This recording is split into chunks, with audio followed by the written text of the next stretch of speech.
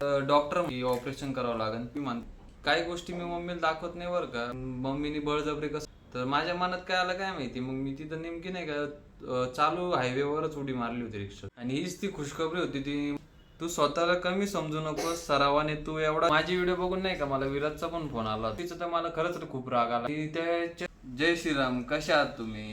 Video यायला जरा उशीर होत आहे.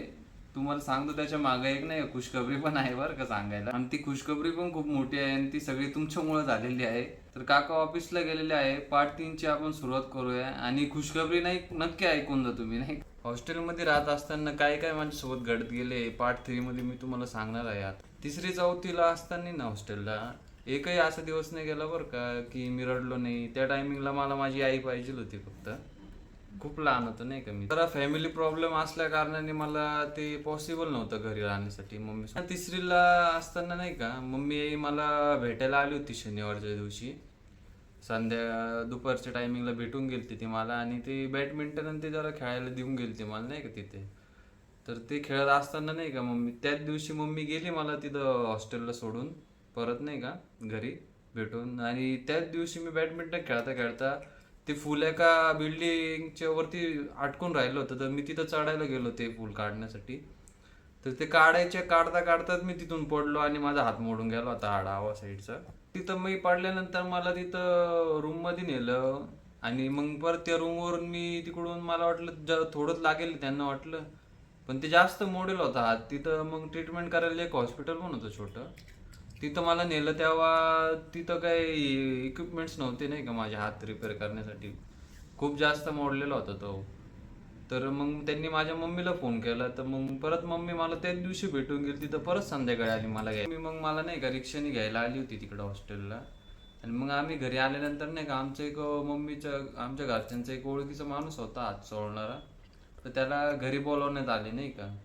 आणि त्यांनी घरी येऊन नाही का माझा हात चोळला वगैरे. पण 4-5 दिवसानंतर तो अजून जास्त दुखायला लागला तो. आणि मग आम्ही हॉस्पिटलला गेलो. नागरे हॉस्पिटलला नेलं मम्मीने मला. तर त्या हॉस्पिटलमध्ये गेल्यानंतर नाही का त्यांनी सांगितलं की हा आता मोडलाय ना तो अजून टिचला गेलाय त्या चोळल्यामुळं. तर ते चोळूनच खरं तर चुकी झाली होती. कारण की मी पण खूप रडायचो तेव्हा ते हात चोळताना. त्यांनी अजून मोडून ठेवला होता नाही का माझा हात नीट करण्याऐवजी. ते ओळखीचे माणूस होते म्हणून आम्ही घरच्यांनी विश्वास ठेवून केलं ट्राय. पण ते जरा चुकीचंच झालं. तर ना आपण हे हातवीत वगैरे मोडलं ना तर आपण हात जे चोळणार राहतात त्यांच्याकडे जातो. तर आता तसं करायचं नाही. हॉस्पिटल आणि ते तर सगळं आहे तिथं गेलेलं ठीक आहे. नाही तर पुढं प्रॉब्लेम होईल. आपण बऱ्याच वेळा पाहतो नाही का लहान पोराचं पडणं धडणं तर चालूच राहतं. मग ते पडल्यानंतर त्याला चोळणाऱ्यांकडे नेतात. ते केलं नाही पाहिजे. प्रॉपर दवाखान्यात जाऊन ट्रीटमेंट घेतली पाहिजे. नाही तर ते अजून वाढू शकतं मोडलेलं.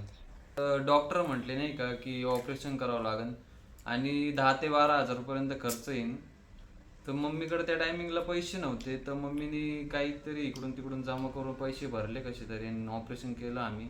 कारण की त्याच टायमिंगला मम्मीने हॉस्टेलची फी भरणं चालू होतं माझं. तर हॉस्टेलची फी ना मम्मी थोडी थोडी करून भरत राहायची. महिन्यातून गॅप देऊन नाही का अशी. ते सर लोकांना माहिती होतं म्हणून सर लोक काही बोलत नव्हते नाही का. त्यांना माहिती वडील वारलं होता वारेल होते. माझ्यासोबत घडलं ना ते कोणत्या लहान मुलासोबत घडू नये. तर वडील गेल्यानंतर नाही का मला वडिलांची खूप सवय लागली होती नाही का. तर मग अचानक ते गेल्यामुळे मला लई प्रॉब्लेम झाला पुढे राहण्यासाठी नाही का. तुम्ही सगळ्यांचे मी कमेंट वाचले नाही का की तुम्ही म्हणता ते काकांना तू पप्पा म्हण असं. की म्हणू तर नाही शकत मी आता. मला म्हणता तर नाही येणार. पण त्यांनी तसं तर लई जीव लावलाय आम्हाला. कोरोनामध्ये असताना सगळीकडे असताना किंवा शाळेत सुट्टी लागली तर आम्ही दरवेळेस त्यांच्याकडे कोलकात्याला निघून जायचो फ्लाईट. काकांनी आम्हाला तशी लहानपणापासून खूप चांगली लाईफ दिली बरं का. आणि त्यांनीच आम्हाला लहानचं मोठं केलंय. माझी मम्मी ते कधी चुकले नाही बरं का. पण ते मला हॉस्टेलला राहण्यामुळं सवय लागून गेली एकटी राहण्याची. काही गोष्टी मी मम्मीला दाखवत नाही बरं का. पण माझा थोडा नेचरच वेगळा झाला आहे तिकडं हॉस्टेलला आणि एवढं सगळं झाल्यामुळं. तर माझ्या हाताचं नाही का ऑपरेशन झाल्यानंतर मी 3 महिने घरीच होतो. आणि तेव्हा सगळं मम्मीनेच केलं. माझं आंघोळ वगैरे घालणं, हात वगैरे प्लास्टर होता तर असं वरती डावा हात होता नाही का. असं हात वरती बांधून आंघोळ करावं लागायची. असेच 3 महिने गेले माझे आणि मी मम्मीजवळ राहिलो बरं का. आणि त्यानंतर मग 3 महिन्यानंतर माझा हाताचं प्लास्टर नीट झालं. हात नीट झाला माझा. प्लास्टर काढलं. तर मग मला मम्मी परत हॉस्टेलला सोडायला चालली होती. तर मला जायचं नव्हतं नाही का, मी खूप रडत होतो. मग मम्मीनी बळजबरी कसं तरी जा जा म्हणून, माझे पेपर चालू होतील म्हणून मला पाठवलं. मम्मी चालली होती आम्हाला सोडायला घेऊन, रिक्षा करून आम्ही चाललो होतो तिकडं हॉस्टेलला. तर मी हायवेला मध्ये रिक्षातून नाही का उडी मारली होती त्या टायमिंगला, खूप लहान असताना. तर रिक्षात फक्त नाही का मम्मी आणि मीच होतो फक्त. मम्मी या साईडने बसली होती, मध्ये बॅग होती आणि मी या साईडने बसलेलो होतो. तर मग मी डायरेक्ट नाही का अचानक उडी मारली. माझ्या मनात काय आलं काय माहिती, मला पण नाही होतं माहिती, मी लय लहान होतो. मम्मीला मी बोलत होतो नाही का हॉस्टेलला नाही यायचंय म्हणून रिक्षातच. तर माझ्या मनात काय आलं काय माहिती, मग मी तिथं नेमकी नाही का चालू हायवेवरच उडी मारली होती रिक्षातून. रिक्षातून उडी मारल्यामुळे नाही का खूप भयंकर परिस्थिती निर्माण झाली होती. ते मी तर रिक्षातून उडी मारल्यानंतर काय झालं मी तुम्हाला पुढच्या पार्टमध्ये सांगणार आहे. तर आता तुम्हाला खुशखबरी पण द्यायची आहे ना. युट्यूबला नाही का मी फक्त 3 व्हिडिओ टाकले आणि तुम्ही सगळ्यांनी नाही का त्यावर खूप जास्तच प्रेम दिलं मला. खूप कमेंट केले, त्या सुद्धाही मी वाचले आहे सगळ्या. तर युट्यूबचा जो क्रायटेरिया असतो 4,000 वॉच टाइम पूर्ण करण्याचा, तो तुमच्यामुळं सगळ्यांमुळं नाही का पूर्ण झालेला आहे आता सध्याला. आणि मी ते नाही का अप्लाय केलं आहे मॉनिटाईज होण्यासाठी चॅनल. आणि हीच ती खुशखबरी होती, ती मला तुम्हाला सगळ्यांना सांगायची होती की माझा जो 4,000 वॉच टाइम आहे तो कम्प्लीट झालेला आहे.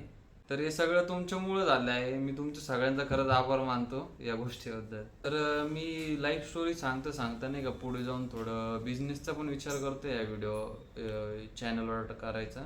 त्यासाठी तुमचा सपोर्ट मला लागणार आहे नाही का पुढे जाऊन. तर ते ॲप्लिकेशन नाही का यूट्यूबला गेलेलं आहे. तर ते एक्सेप्ट करतात नाही करतात आता ते मी तुम्हाला सांगेलच पुढं. एक्सेप्ट झाले तुम्हाला ते बातमी देईनच मी. तर ते ॲप्लिकेशन सगळं केलं आणि ते सगळं मम्मीनीच केलं. मला तर काही जमत नव्हतं ते, कारण की मम्मीला एक्सपिरियन्स आहे त्या गोष्टीबद्दल, म्हणून मम्मीनीच नीट भरलं. 2 ताईंचे मी नाव पण घेणार आहे आणि त्यांची कमेंट वाचली मी. मला खूप चांगलं वाटले ते कमेंट नाही का. हा कमेंट वाचतो मी. तू स्वतःला कमी समजू नकोस, सरावाने तू एवढा छान बोलायला शिकशील की तुझे हे व्हिडिओ पाहून तुलाच गंमत वाटेल बाळा. तर या ताईंचं नाव आहे स्वाती करेकर आणि यांनी खूप छान कमेंट केली होती नाही का, मला आवडली होती, वाचली होती. तर धन्यवाद काकू. तर ह्यांचं म्हणणं नाही का पटलं मला नाही का, कारण की मी स्वतःचेच व्हिडिओ बघतो तर मला गंमत वाटते, कारण की मी पहिले कधी एवढं बोलतच नव्हतं नाही का, पहिल्यांदा व्हिडिओवर बोलू राहिले एवढं सगळं. तर माझी व्हिडिओ बघून नाही का मला विराजचा पण फोन आला होता. जशी मी लाईफ स्टोरी तुम्हाला सांगते ना तशी विराजला बी पहिल्यांदाच कळते साहिल सोबत एवढं सगळं झालेलं आहे. विराजला सुद्धा माहित नाही. विराजचा व्हिडिओ कॉल आलता की तुम्हाला एवढं सगळं झालं सांगितलं का बरं नाही, तर मी सांगतच नाही का या गोष्टी कोणाला. विराज सुद्धा तिकडे बसून माझे सगळे व्हिडिओ बघतोय आणि तुमचे कमेंटही वाचतोय तो सगळे. तर मी अजून 1-2 कमेंट वाचतोय. तर यांचं नाव आहे माधवी बनसोडे. कमेंट अशी आहे, तू खूप छान बोलतोस, तुझा आवाज आणि वक्तव्य खूप छान आहे. तू एआयचा कोर्स कर, तू खूप पुढे जाशील. जे काही झालं आहे तुझ्या जीवनात तू सगळं विसरून जा. देव नेहमी चांगल्या लोकांचं चांगलंच करतो, फक्त थोडी परीक्षा घेतो, कारण सोन्याचा कस लागतो लोखंडाचा नाही. God bless you, he is always with you बाळा.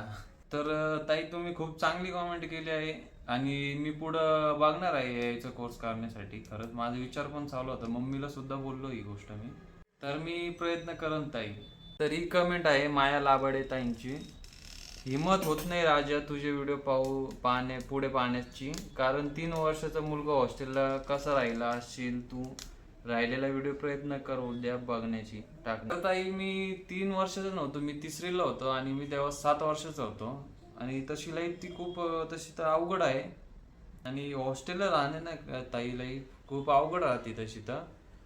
मोठं झालं काही नाही, मला आता तर सवय लागली, मला कुठं पण टाका मी राहू शकतो. पण जेव्हा लहानपणी जेव्हा एवढं काय घडतं आणि माणसाला जेव्हा लहान मुलाला नाही का अचानक असं हॉस्टेलला टाकण्यात येतं ना, तर त्याच डोक्यात माइंड ते प्रोसेस करू नाही शकत की नक्की काय होतंय, काय करायचंय पुढं, कसं करायचंय, आता सगळं स्वतःला राहायचंय. तर मला सगळ्यांचे कमेंट वाचायला खूप आवडल, पण आता व्हिडिओज खूप मोठी होईल कमेंट वाचत बसलं तर. मी पुढे नाही का एखादी स्पेशल व्हिडिओ फक्त तुमच्या कॉमेंटसाठी टाकेल. जे तुम्ही छान छान कॉमेंट करतात ना त्याबद्दल एक सेपरेट व्हिडिओ बनवून मी. तर आणि मला एक गोष्टीचं पण खूप छान वाटते की आतापर्यंत माझ्या व्हिडिओमध्ये एवढ्या कमेंट आले आणि त्याच्यात एकही कॉमेंट अशी निगेटिव्ह नाही आली. तर एकाच गोष्टीचा नाही का मला खूप राग आलेला आहे नाही का, एका लेडीजने नाही का मम्मीबद्दल खूप काहीतरी बोललेलं आहे तिच्या व्हिडिओमध्ये. त्या गोष्टीचा तर मला खरंच खूप राग आला की त्याच्यामध्ये तिने नाही का, त्या लेडीजनी त्यांनी आम्हाला दोघांनाही टॅग केले, माझ्या मम्मीला आणि मला बी टॅग केलंय त्याच्यामध्ये. त्याच्यामुळे तो व्हिडिओ माझ्या पण समोर आला. ती नाही का लेडीज, ती स्वतः पण व्हिडिओमध्ये समोर येत नाहीये, फक्त तिचा वॉइस टाकून व्हिडिओ टाकतीये.